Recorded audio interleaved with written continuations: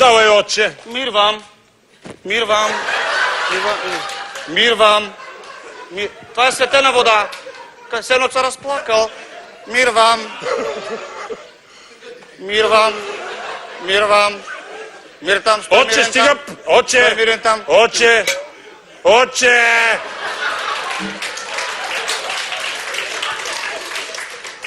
Аз съм отец на фарфори.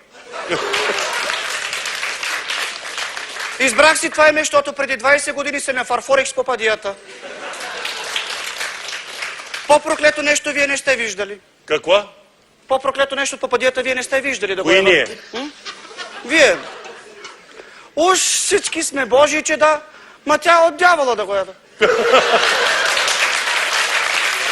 Вече съм сигурен, че в райската градина Ева освен ябълката е изяла и змята да го ява. Това ми е останало да го ева от семинарията. Пращам ги при Ева. Да го ева? Да го ева. Да, да го ева. Ева и Ева. Да. Затова я побивам сегистогис. Кога? Жената да го ева. Кога я да я биеш, все е късно. Значи с нощи се прибирам и я гледам по бадията, застанала пред една икона и се моли. Господи, направи нещо да го... Господи, направи нещо. Господи, направи нещо. Направи нещо да го... Направи нещо, да. Това е мръсница. На началника се оплаква от мене да го ева. Иначе с радост венчавам хората.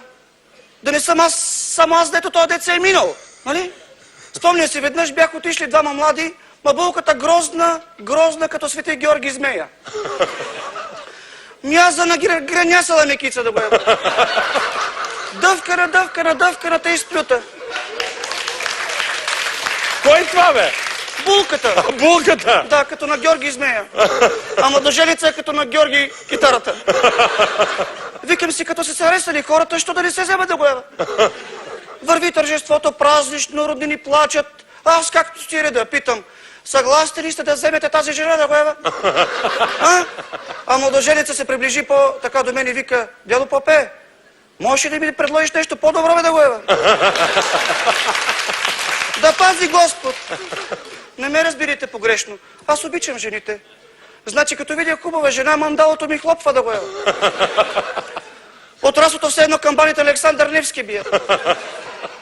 Лятото дойде една готина мадама с дълбоко деколте да се изповядва. Грешна, ви казвам, като задача по математика грешна.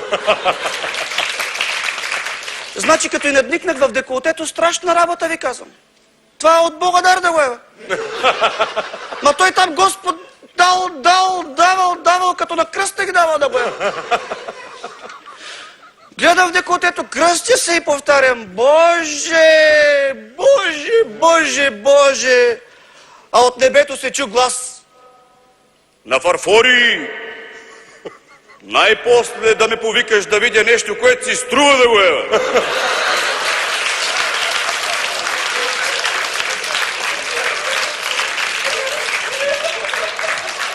Колко грешни жени има по този свят. Боже! Спомням си, веднъж дойде кметицата и ми вика, Попе, един мъж не ми стига. Вика им, пробвай с двама да го ева. Тя вика, и двама не ми стигат. Тогава с трима да го ева. Пак не стигат. С 10 пробвай при това положение. И с 10 съм пробвала, пак не стигат. Вика ми, жено, ти си феномен да го ева. Точно така, Попе! Феномен съм, а не курва, както говори цялото село.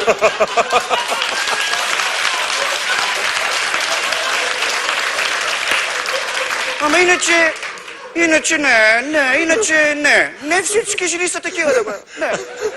Спомням си една двойка младоженци се женят в църквата, ама момичето честно, нали? То се пазило за след сватбата. Едва изчакаха да се свърши сватбата и се почнаха да го ева.